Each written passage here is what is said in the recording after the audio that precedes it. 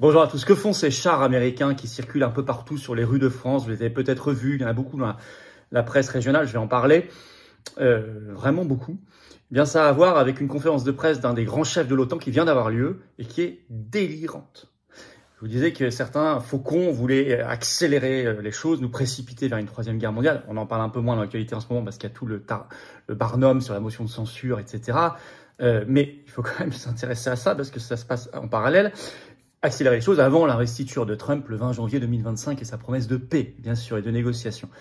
Eh bien, l'OTAN y va, avec ses chars américains par ailleurs qui passent en France. On va voir ce qui a été dit, notamment par l'amiral Bauer, un des grands chefs de l'OTAN, ce qu'ils prévoient, ce qu'ils annoncent, des ruptures, ce que font là ces chars américains en France. Et nous avons...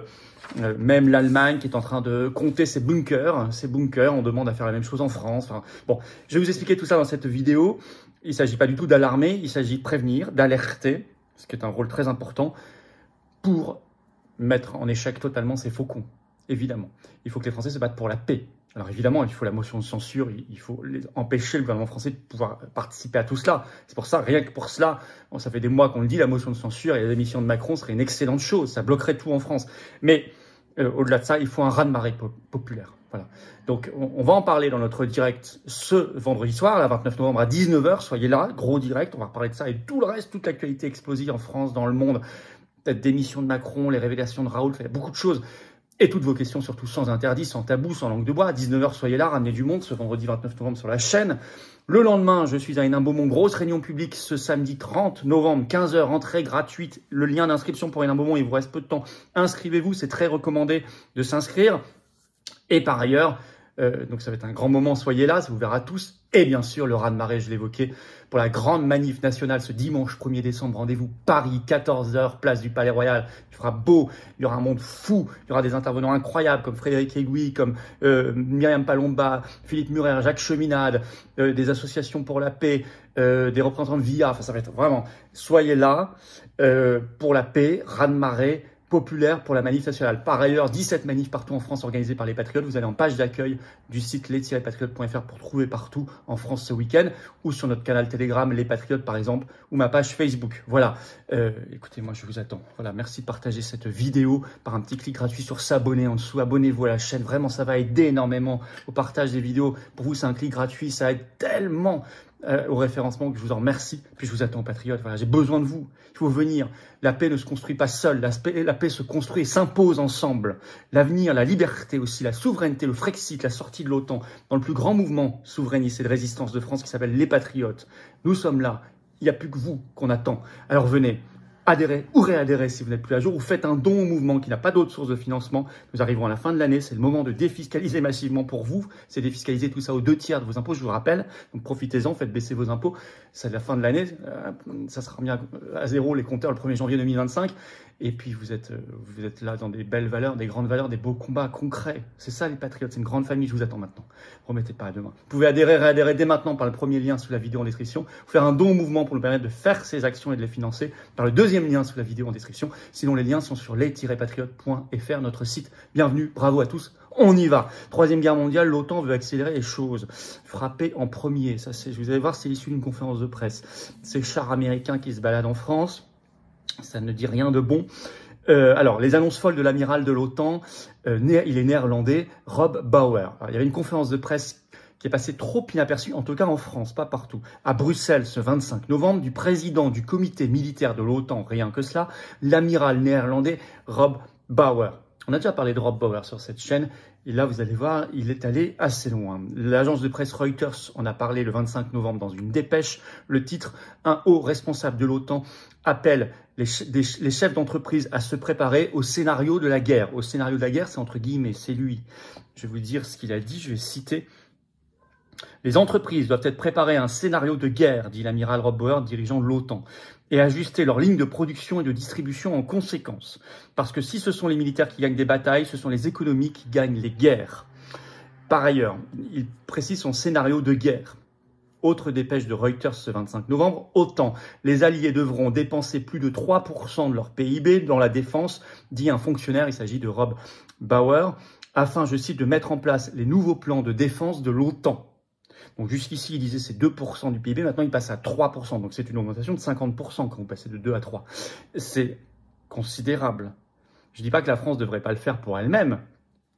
Oui, je suis favorable à ce que la France fasse un effort de défense et une armée française, mais indépendante, pour notre sécurité, notre protection.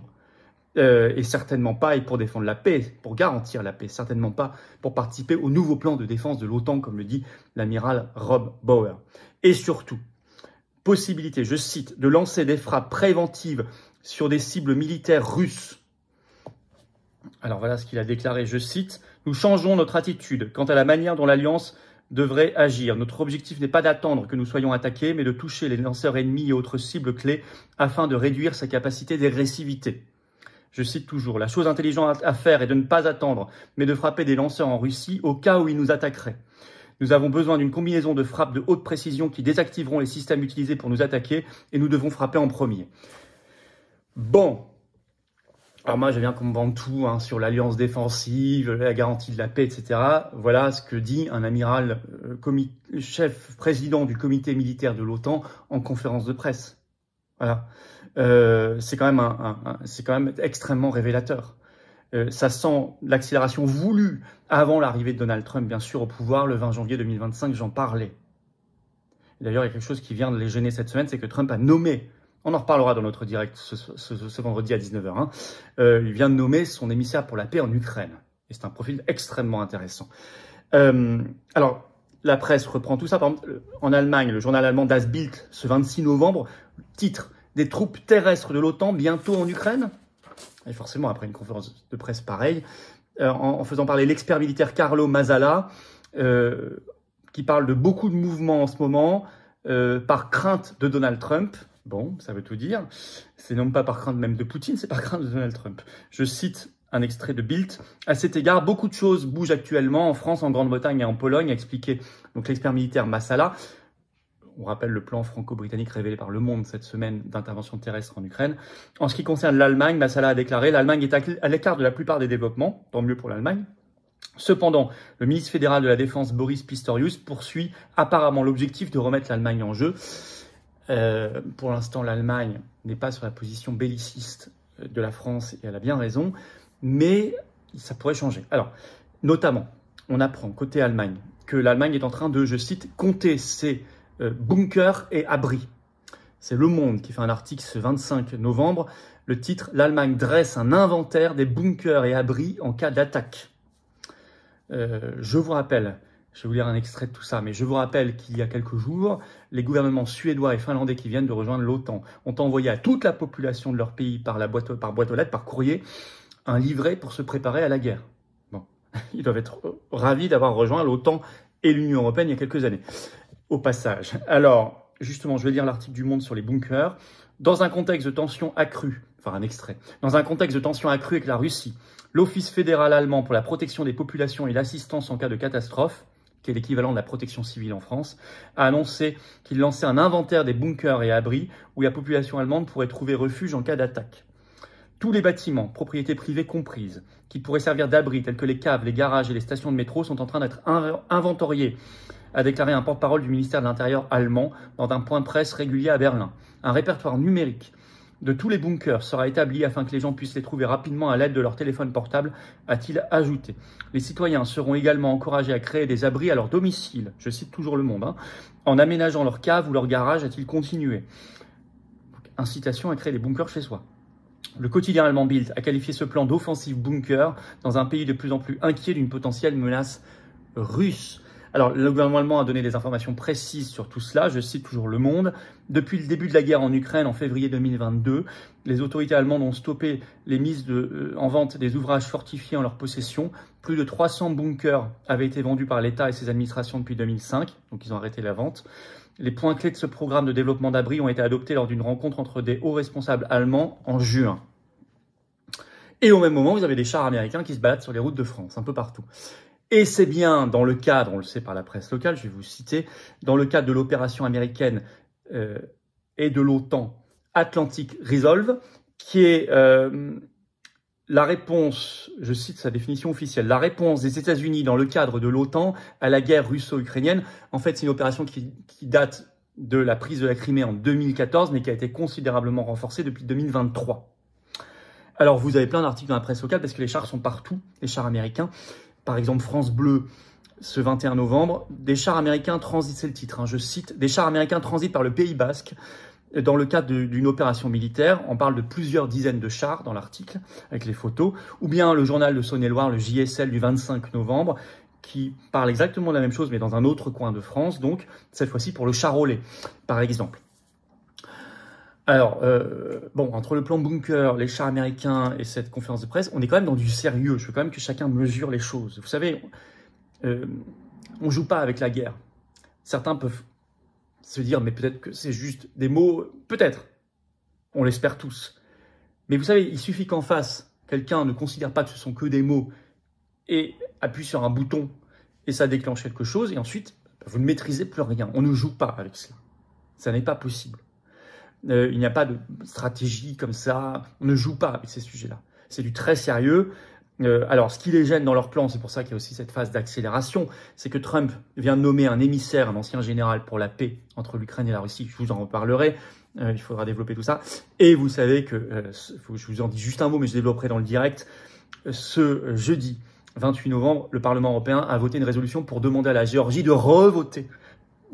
Parce qu'elle a voté il y a 2 semaines aux élections législatives et qu'elle n'a pas élu les pro-Union européenne et les pro-OTAN. Donc il faut revoter selon le Parlement européen. On a l'habitude, l'Union européenne a l'habitude de faire revoter.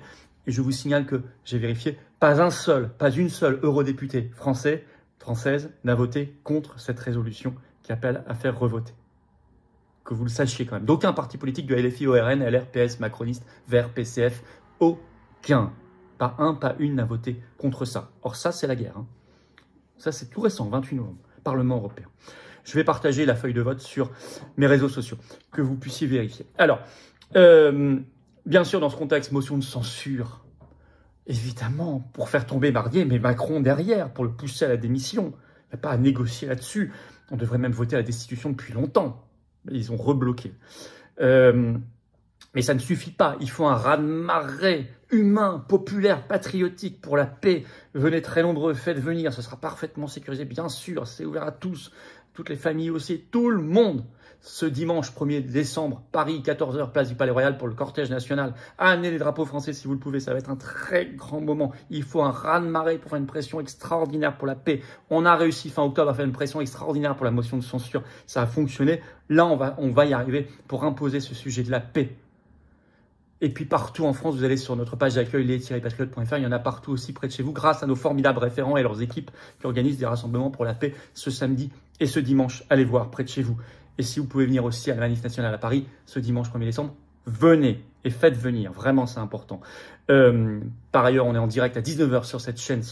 Il faut bien sûr sortir de l'OTAN, mais on le redira dans la manif. Je n'ai même pas besoin de vous le dire. Pour la paix et la France libre, il faut sortir de l'OTAN. C'est un grand point du programme des Patriotes, vous le savez. Merci de partager cette vidéo. Pour cela, de vous abonner à cette chaîne YouTube par un petit clic gratuit sur s'abonner. Ça va aider énormément. On est en direct ce vendredi 29 novembre à 19 h. Inscrivez-vous. Soyez au direct. Ça va être un très très gros direct. Inscrivez-vous dans le chaudron, vraiment.